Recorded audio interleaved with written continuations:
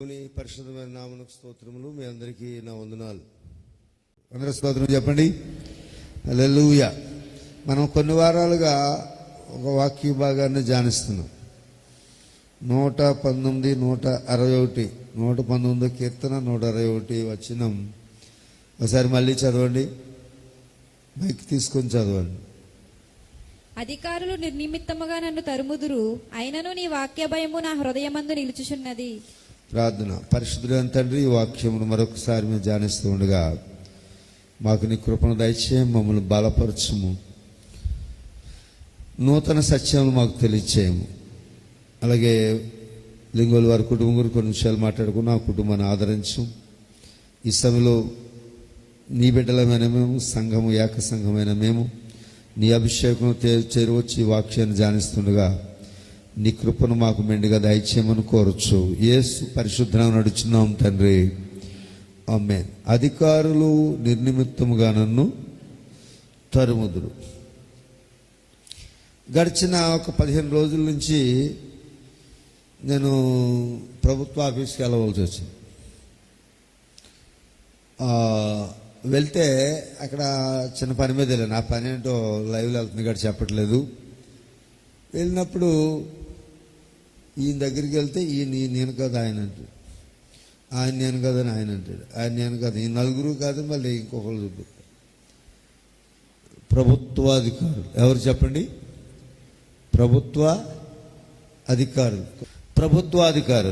ప్రభుత్వాధికారులు వాళ్ళకి ఉద్యోగం వస్తే ఏమనుకుంటారంటే మేము ఏలుబడి చేయటకున్నాం. మరి రాజకీయ నాయకులు ఎందుకున్నారు? వీళ్ళ తోకలు కత్తిరిస్తా కాడున్నారు. పబ్లిక్ అడ్మినిస్ట్రేషన్ సబ్జెక్ట్ చదివినప్పుడు, ప్రభుత్వ పాలనా శాస్త్రం చదివినప్పుడు అక్కడ ఎవరి బాధ్యతలు వారికి కేటాయించడం జరుగుతుంది. రాజకీయ నాయకుడు దిశానిర్దేశం చేస్తారు. దిశానిర్దేశం అంటే ఉదాహరణకి రోడ్లు వేయటం, ఏ రోడ్లు పాడైనవి, లేకపోతే రోడ్లు ఎన్ని వేయాలి, రోడ్లకు ఎన్ని కోట్లు పెట్టాలని రాజకీయ నాయకుడు ఆలోచిస్తాడు. దాని కొరకు విధానం ఇలా చేయండి అని చెప్పాక ప్రభుత్వ అధికారి, ఐఏఎస్ ఆఫీసర్లు కావాల్సిన డబ్బు ఎక్కడి నుంచి వస్తుంది, ఎక్కడ ఎలా ఖర్చు పెట్టాలో వాళ్ళు ప్లాన్ చేస్తారు. వారి కింద అధికారులు ఆ రోడ్డు వేస్తారు. మళ్ళీ దాన్ని చెక్ చేసేవారు, రోడ్డు క్వాలిటీ ఎలాగ వేస్తారు, నాణ్యత ఎలాగుందని పరిశీలించేవాళ్ళు, పరిశీలన కమిటీ వేరే ఉంటుంది. ఇలా ఇంత జరిగాక 4-3 సంవత్సరాలు పోయాక మళ్ళీ ఏ డబ్బు ఎలా ఖర్చు అయిందని చెక్ చేసేవాళ్ళు ఉంటారు. ఒకరిపైన ఒకరు అజమాయిషి, ఒకరితో ఒకరు కలిసి పనిచేయటం. ఎవరు ఎన్ని చేసినా ప్రజల కొరకు చేయాలి. ఎవరి కొరకు చేయాలి? ఇప్పుడు మన రాష్ట్ర ప్రభుత్వం ఏదో ఒక నాయకుడు ఉండే, నాయకుడి కొరకు రాష్ట్ర ప్రభుత్వం లేదు.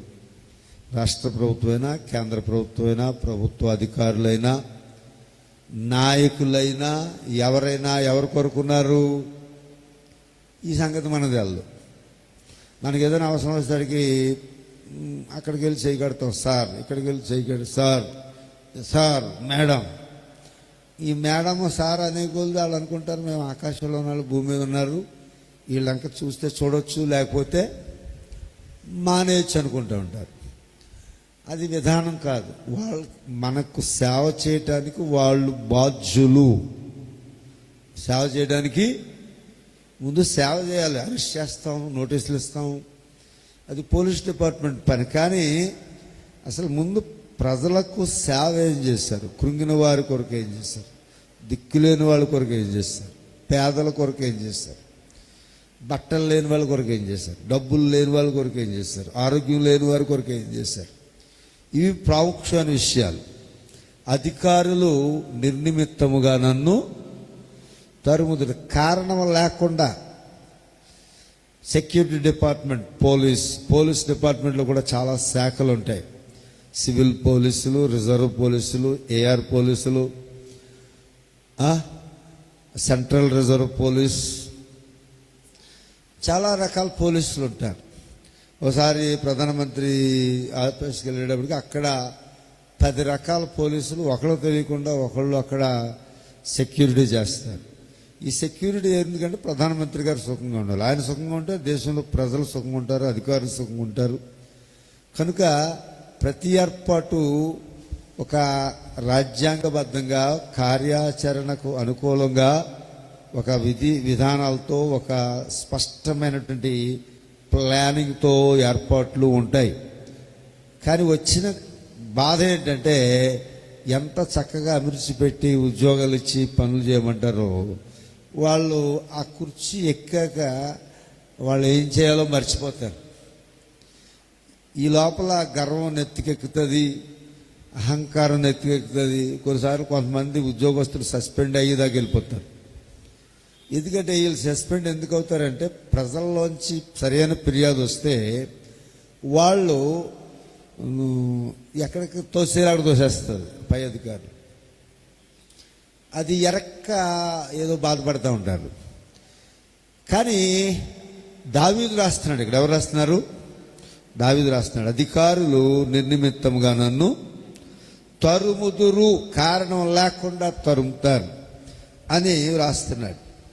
అలాగే నీ వాక్య భయము చేత, హృదయమందు నిలుచుచున్నది, నీ వాక్య భయము నా హృదయమందు నిలుచుచున్నది. అది లోక విధానం పైలైన్ అయితే మనకున్న ధైర్యం రెండో లైన్. లోకం యొక్క చేష్టలు, వంకర పనులు, అవిధేయతో కూడిన పనులు, అక్రమాలతో కూడిన పనులు లోకం చేస్తుంది.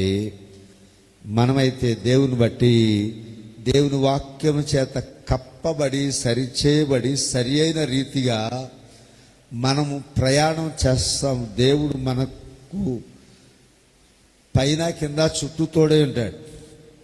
అర్థమైందా? అది దేవుని వాక్యం మనల్ని ఆవరించి, దేవుని అధికారం మనతో ఉండి దేవుడు తన జ్ఞానాన్ని మనకిచ్చి నడిపిస్తాడు. అందుకని భూలోకంలో యేసు ప్రభునందు విశ్వాసం ఉంచిన విశ్వాసికి తోడయ్యున్న దేవుని అధికారానికి సరిపోయే అధికారం భూమి మీద ఎక్కడనూ లేదు. మరి మనతో దేవుని అధికారం ఉందనో ఏంటో కానీ మనకు అన్ని ఎదురులే వస్తాయి, అడ్డుకోలులే వస్తాయి. ఏవస్తాయి? ఎందుకని?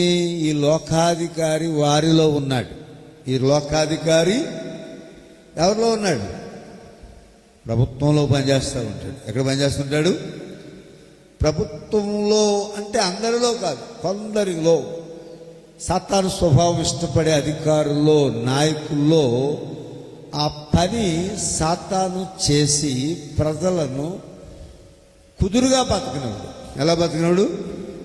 కుదురుగా.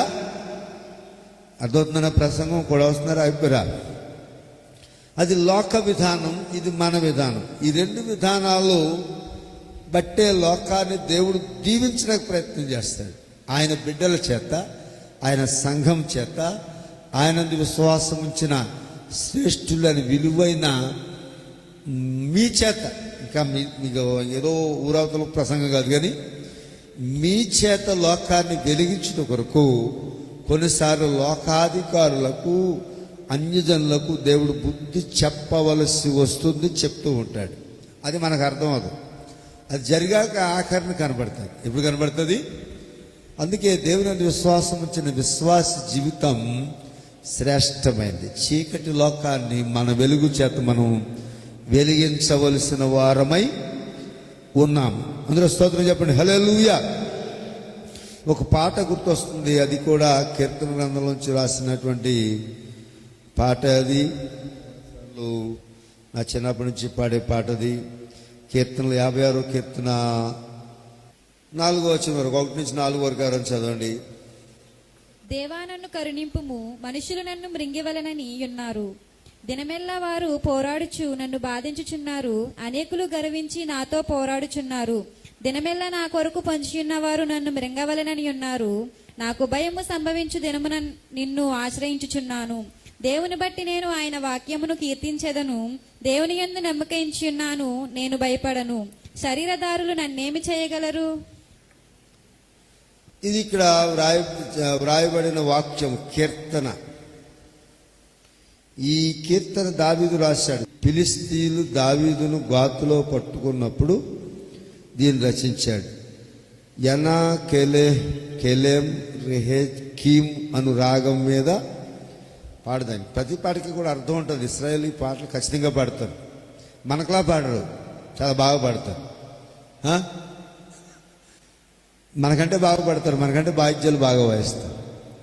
ప్రపంచంలో ఇశ్రాయేల్ వాయించే మ్యూజిక్ వాయించడం కొద్ది కష్టం, అర్థమైందా? ఇశ్రాయేలీలు చాలా పకడ్బందీగా పాడతారు. ఈ పాట బొడ్డులోంచి వస్తుంది. ఎక్కడి నుంచి వస్తుంది? ఒకసారి చేసుకోండి, మీ పాట ఎక్కడి నుంచి రావాలి? ఇక్కడి నుంచి సపోర్ట్ రావాలి. అరబ్బులు కానీ ఇశ్రాయేల్ కానీ వాళ్ళ భాష, వాళ్ళ పాట, వాళ్ళ మాట బొడ్డులోంచి వస్తుంది. ఎక్కడి నుంచి వస్తుంది? అందుకే వాళ్ళ భాష నేర్చుకోవాలంటే మనం కొద్ది కష్టపడాలి. శరీరాన్ని నలగొట్టుకుని శక్తి ఇక్కడి నుంచి తీసుకుంటే కానీ కొన్ని అక్షరాలు పలకలేమన్నమాట. ఇదంతా మీకు ఎందుకు చెప్తున్నానంటే, అంత శక్తితో వాళ్ళ పాటలు రాశారు.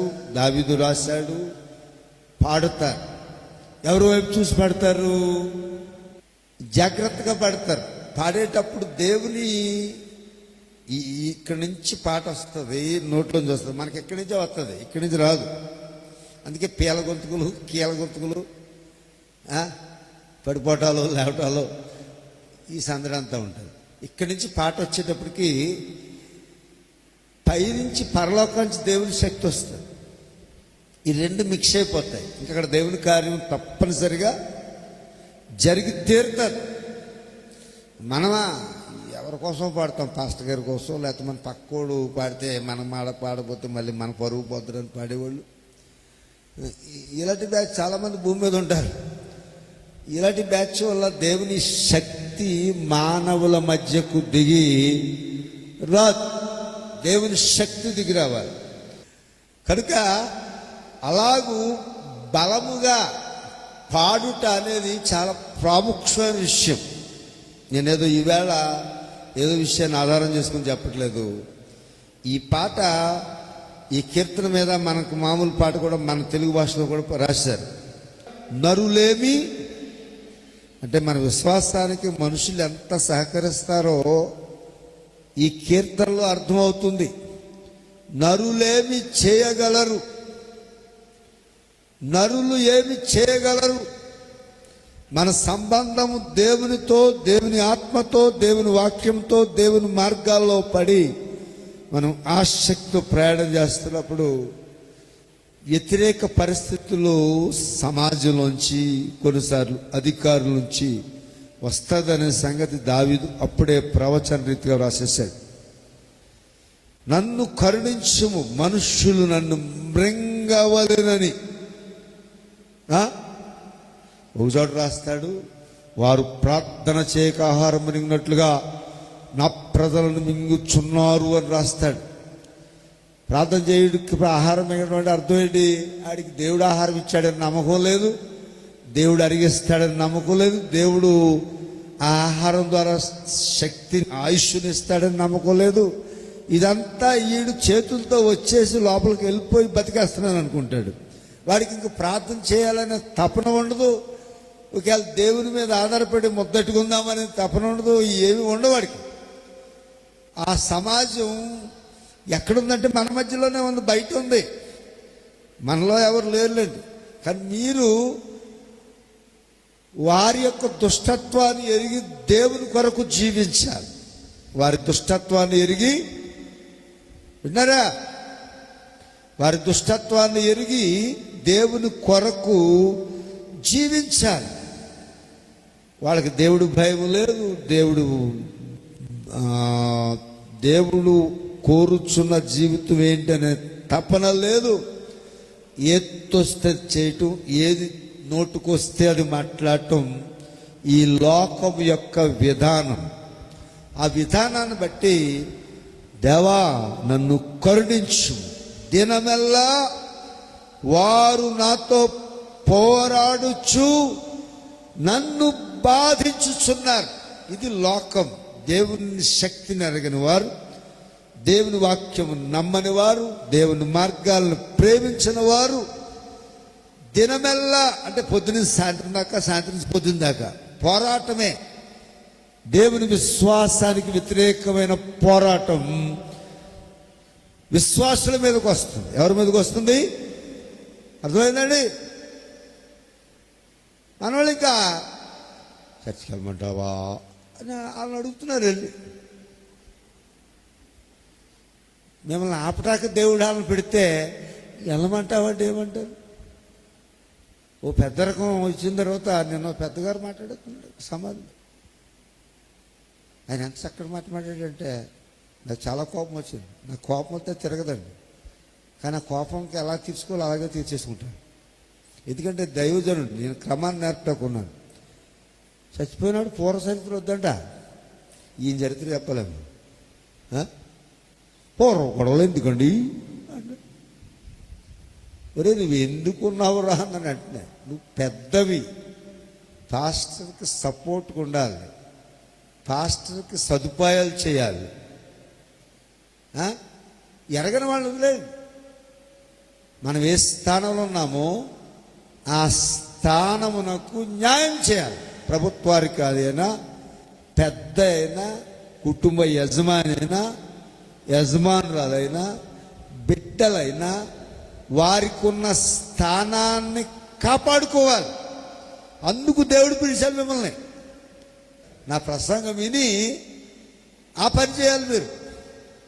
అంతే తప్ప నాకు తెలుసు, నేర్చుకోవడం మానేసి నాకు తెలుసు అంటే అలాంటి మాటలు వస్తాయి. భూస్థాపన కార్యక్రమాలు, ఆదరణ కొడుకులు, జ్ఞాపకార్థ కొడుకులు ఖచ్చితంగా ఆ కుటుంబం కొరకు, లేకపోతే మనకు వారికి ఉండే, సంఘానికి వారికి ఉండే బంధాన్ని బట్టో కొంత చరిత్ర, ఎరిగిన చరిత్ర కొంత ఉదాహరిస్తారు. వాక్యమే ప్రధానం కానీ ఉదాహరిస్తారు. పూర్వం గొడవలు ఎందుకంటే అన్నాడు. ఒకసారి ఆయన కేకేసి ఒక గంట కూర్చోబెట్టి భోజనం ఫుల్గా పెట్టి అడిగేదాకా చెప్పాలనుకుంటున్నాను. మీరు ఆయన కొట్టేస్తారు, నాకు కొట్టేస్తారు. ఇంకా ఆయన ఇప్పుడు మారకపోతే ఎప్పుడు మారతాడు? ఆ పెద్దరికి ఎందుకు ఇచ్చారో బాబు అని అడిగారు. ఇచ్చింది కాపాడుకోవాలి కదా, ఇచ్చింది పాస్టర్ గారి మీద ఎగరటాక్ కాదు కదా. అర్థమైందా? దేవుని నామం అన్యుల వల్ల దూషించబడితే పర్లేదు, మన వల్ల దేవుని మీద మచ్చపడకూడదు, అభిషక్తుడు మచ్చపడకూడదు. ఆ కుటుంబం ప్రేమిస్తున్నారు, అక్కడంతా బాగా జరుగుతుంది. ఈయన అక్కర్లేని సందడి. ఇలాంటి వాళ్ళు అప్పుడప్పుడు సంవత్సరానికి ఒకళ్ళిద్దరు తగులుతూ ఉంటారు. వాళ్ళు సరిచేయకపోతే మీరు అనుకుంటారు, వాళ్ళే దేవుళ్ళు అనుకుంటారు. అర్థమైందా? స్తోత్రం చెప్పండి అందరూ. హల్లెలూయా. దినమెల్లా వారు నాతో పోరాడుచున్నారు. ఏదన్నా మందే బాధ్యత. ఎవరైనా వెనకబడి ఉన్నారంటే వారిని ముందుకు తీసుకొని వెళ్ళాలి. ఎవరైనా జబ్బు పడితే హాస్పిటల్కి వెళ్ళడానికి ఎంత ఆసక్తి చూపుతామో, విశ్వాసంలో ఎవరైనా బలహీనులు ఉంటారు, ఉండరని నేను చెప్పట్లా. బలహీనులు వేరు, అంతా తెలిసని మాట్లాడటం వేరు, దేవుని చిత్తాన్ని ఎరకుండా మాట్లాడటం వేరు. కనుక దినమెల్లా వారు నాతో పోరాడుచున్నారు. మీ విశ్వాస జీవితంలో మీకు ఎదురయ్యే కష్టాలు కూడా నాకు తెలుసు. వాటిని గురించి కూడా మేము ఆలోచించి ప్రార్థన చేస్తూ ఉంటాం. అయితే ఒక విషయం ఏంటంటే, అవతల అన్యజనులు మన విశ్వాస యాత్ర సరిగా సాగకుండా పోరాడుచూ బాధించుచున్నారు. పోరాడుచూ బాధించున్నారంటే అర్థం ఏంటి? సుత్తిని ఎత్తి మీద పెట్టి కొడటమే. పోరాటం అంటే ఎదురు పోరాటమే, మన విశ్వాసానికి ఎదురాడటం. అంత ప్రార్థన అవసరమా? అంతసేపు చర్చలో కూర్చోడం అవసరమా? మన టైం గురించి కూడా మాట్లాడేస్తారు. ఏదో మాట్లాడేస్తారు. కానీ పైన అధికారము కలిగిన దేవుడు ఉన్నాడు. ఎవరున్నారు? అధికారము కలిగిన. నేను ఎప్పుడు టైం కోసం బాధపడలేదు. మీరు ఎంత టైం అనుకుంటే అంత టైమే మీ మీటింగ్. కానీ ఇక్కడ చర్చ్ సర్వీస్ సర్టెన్ టైం ఉంది. ఇప్పుడు కూడా కొన్ని సంఘాలలో పొద్దున్న 6ంటికి కట్టేస్తున్నారు, పొద్దున్న 5ంటికి కూడా పెట్టేస్తున్నారు. మరి అర్ధరాత్రి 12ంటికి కూడా గొడవలేదు కదా.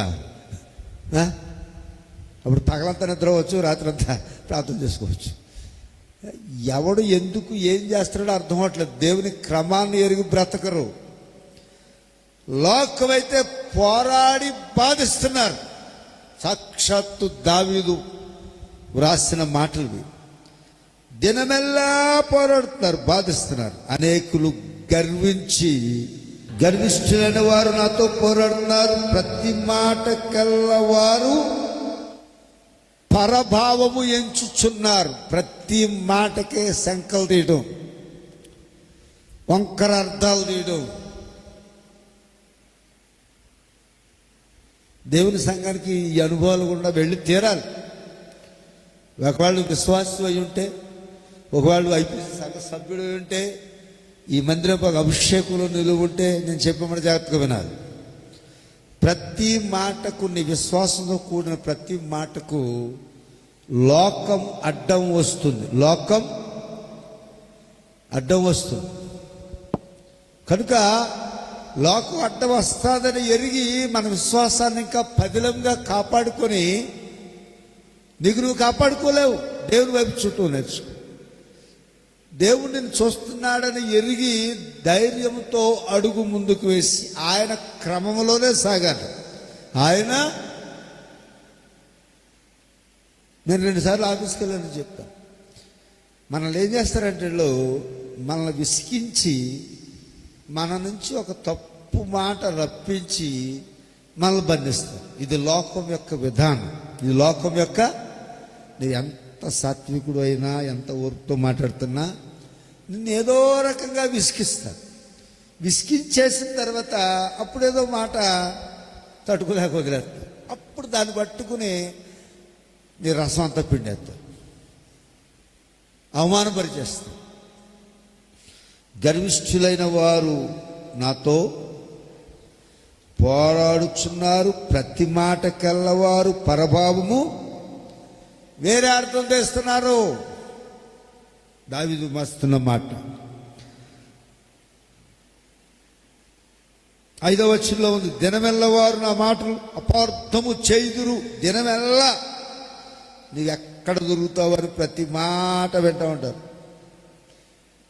ఎందుకంటే వారిలో దురాత్మ శక్తి నిండి ఉంది.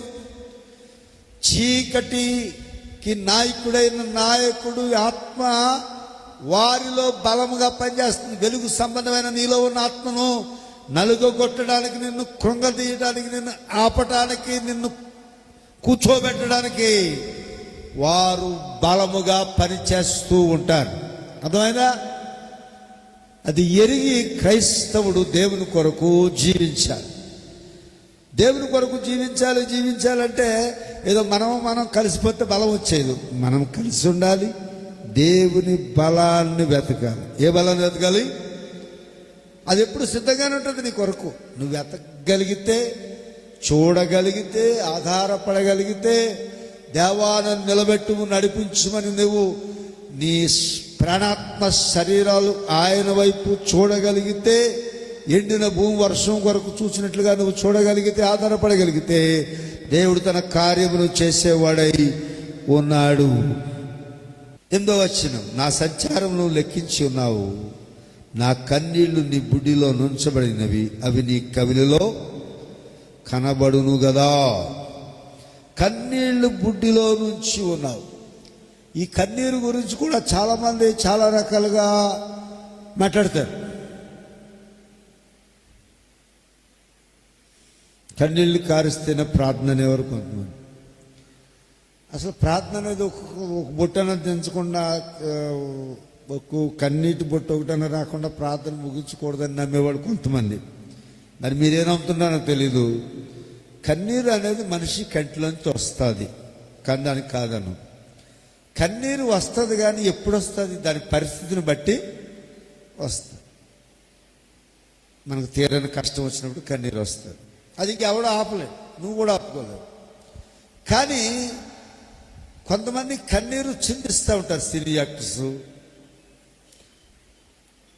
కొంతమంది రాజకీయ నాయకులు, ఇంకా మళ్ళీ మిగిలిపోయారు. ఎవరు మిగిలిపోయారు? పాస్టర్లు మిగిలిపోయారు. వీళ్ళకి వేదిక ఎక్కగానే కన్నీరు కార్చి ప్రసంగం చేస్తే ఈ చేపలన్నీ బుట్టలు పడిపోతాయి. ఎంత భారమో అనుకుంటూ ఉంటారు. భారం అనేది ఉండవచ్చు, నీ కన్నీటికి సరైన అర్థం దేవుని దగ్గర కనపడాలి. నీ కన్నీటికి సరైన అర్థం దేవుని దగ్గర కనపడాలి. రాత్రి ఒక ఆవిడతో మాట్లాడుతున్నాను, కన్నీళ్ళు గారు చెప్తున్నాను, అమ్మ నేను అలాంటి పాస్టర్ని కాదమ్మా, నీ కన్నీళ్ళు చూసి దేవుడికి ప్రార్థన చేసి దేవుడిని దీవించేస్తాడని చెప్పే పాస్టర్ని కాదమ్మా, నేను ముందు నీ బాధ ఏంటో చెప్పాను. ఆవిడ చేలు అవుతుంది.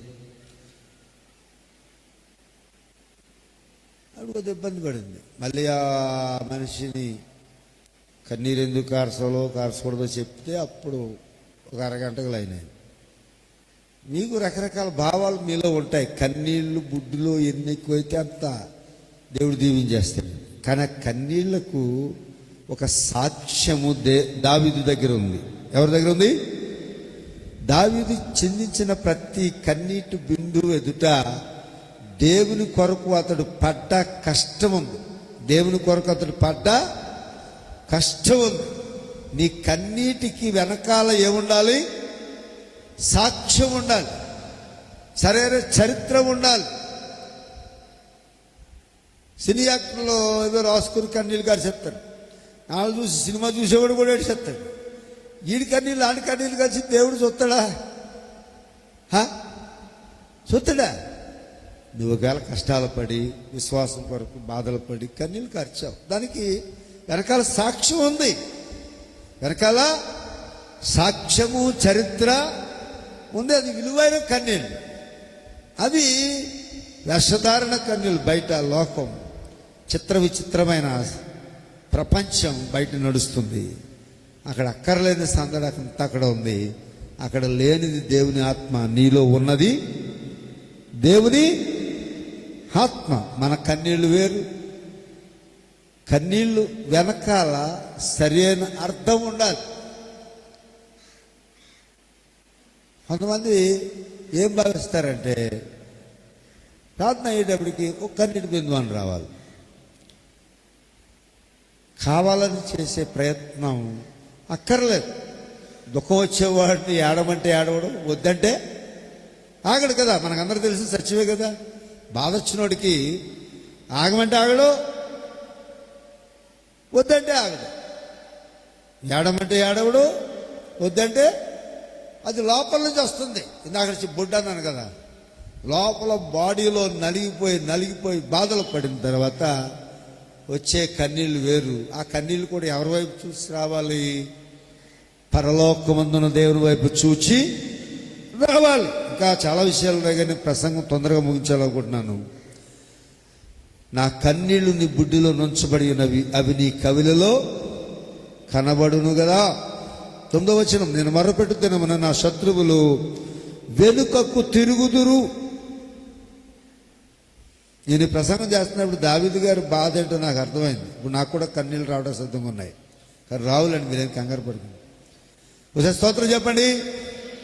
దావీదు చాలా బలమైన వాడు, పరాక్రమవంతుడు, వీరుడు, శూరుడు. ఇంత గొప్పవాడు కన్నీళ్లు కార్చే స్థితి అతనికి రాకూడదు. కానీ వచ్చింది. ఆ గాఢాంధకారపు లోయలో దేవుడు దావీదును నడిపిస్తున్నాడు.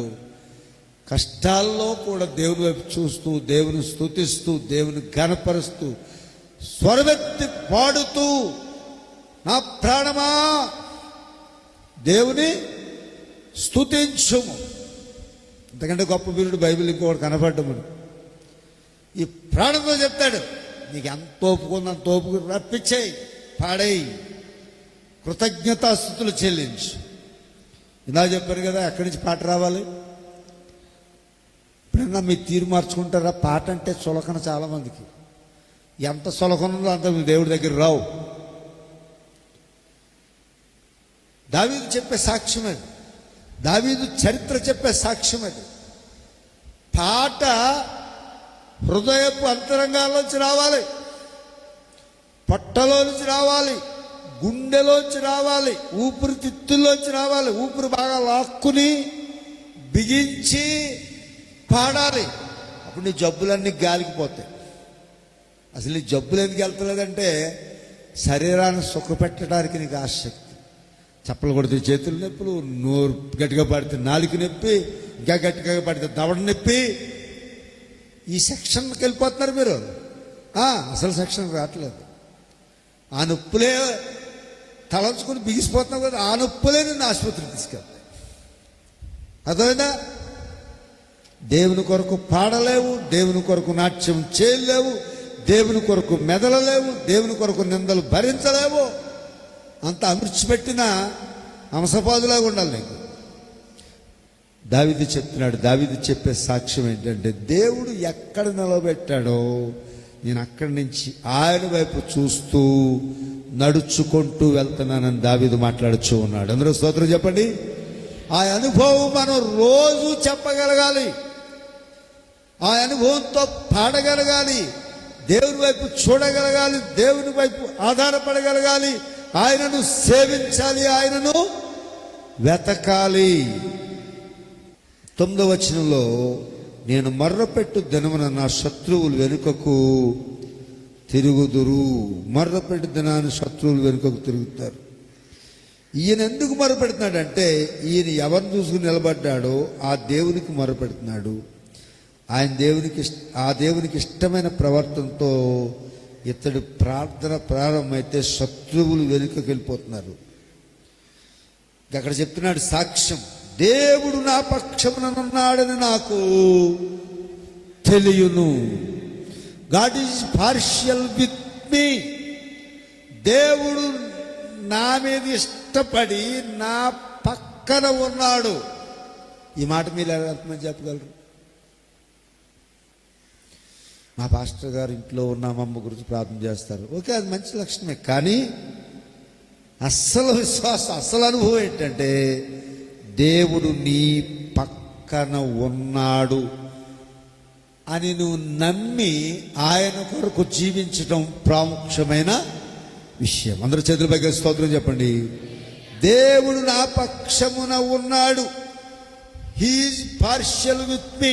యోవేలు గ్రంథంలో చెప్తాడు, మీ దేవుడని యెహోవా రోషము కలిగిన దేవుడు.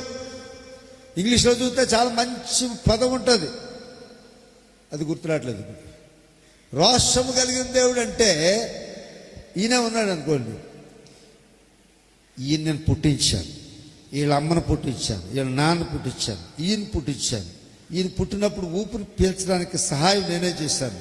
ఫస్ట్ ఊపిరి పీల్చాడు బయటకు వచ్చి, తర్వాత ఎదగటానికి శక్తిని ఇస్తున్నాను అని దేవుడు చెప్పేదంతా ఈయనలో కనపడాలి, ఈయన నమ్మాలి.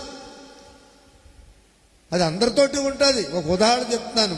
నేను ఇక్కడ నిలబడ్డానంటే నేను పుట్టక ముందు దేవుని ఏర్పాటు ఉంది, పుట్టిన తర్వాత దేవుని ఏర్పాటు ఉంది.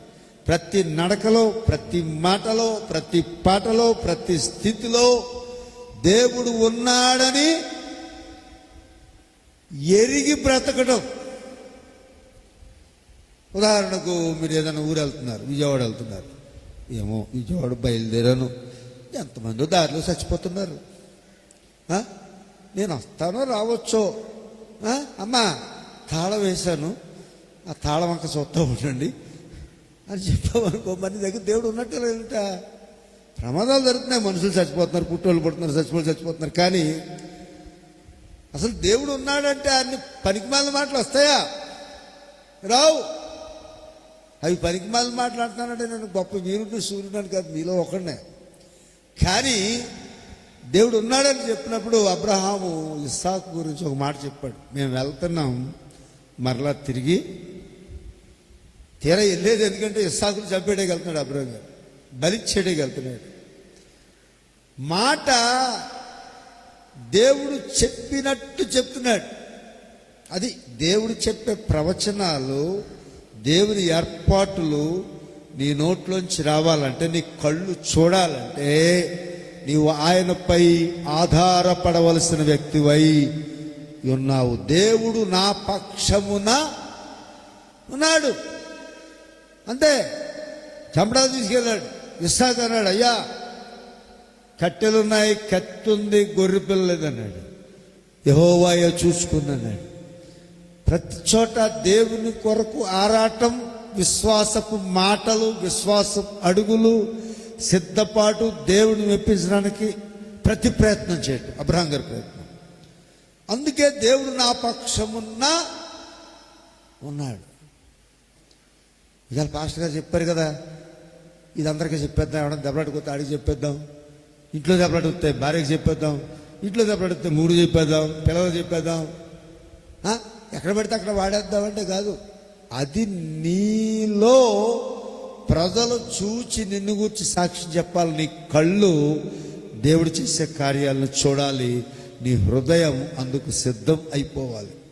ఇది అనుకోకుండా జరిగే ప్రక్రియ కాదు. నీవు అంతగా దేవుని దగ్గర అవుతావు, దేవుడిని అంతగా దగ్గరై నిన్ను నడిపిస్తాడు. దేవుడు నా పక్షమున ఉన్నాడు,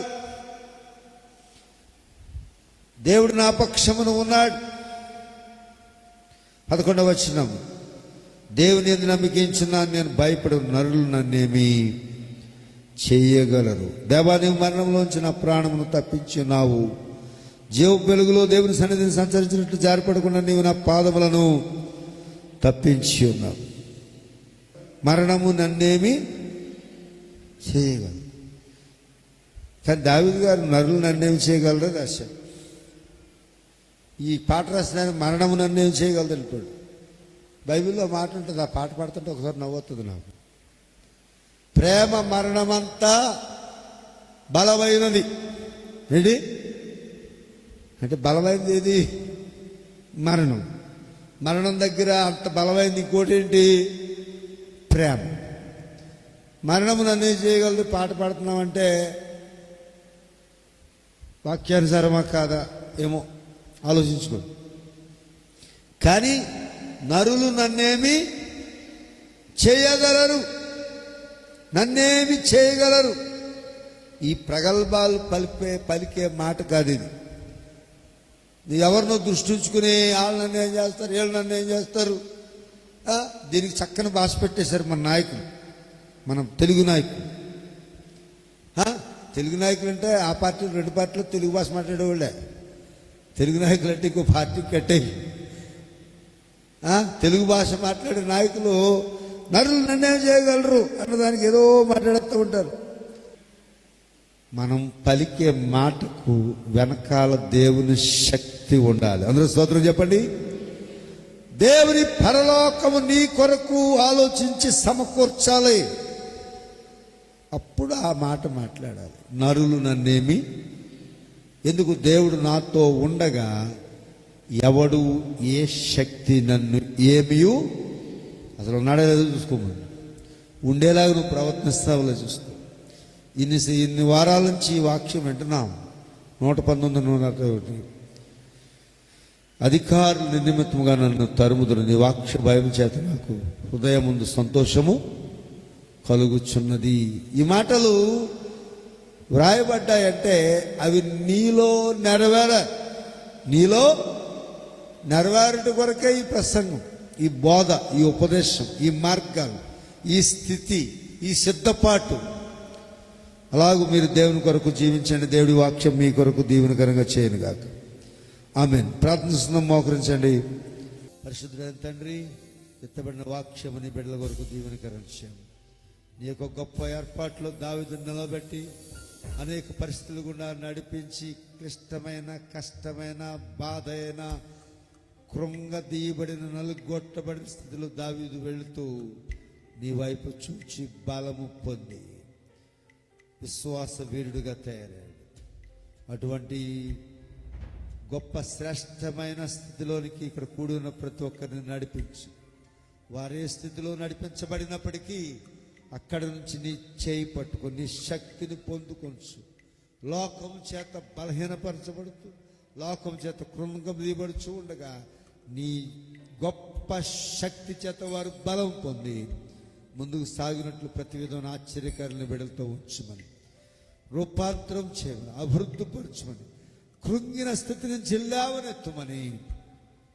నరులు నన్నేమి చేయగలరు, దుష్టుల దుష్ట ప్రయత్నాలు నన్నేమి చేయగలవు అని నీ గొప్ప ఏర్పాటును బట్టి, నీ పరలోకం బట్టి, నీ అధికారం బట్టి, నీ బలమును బట్టి, నీ యొక్క ఏర్పాట్లు, విలువైన ఏర్పాట్లు బట్టి చెప్పగలుగు స్థితికి ప్రతి వారిని సిద్ధపరచమని, నూతనపరచమని, నిలబెట్టి అభివృద్ధిపరచమని నీ కార్యములు చేయమని కోరుచు యేసు పరిశుద్ధంగా నడుచున్నాం తండ్రి.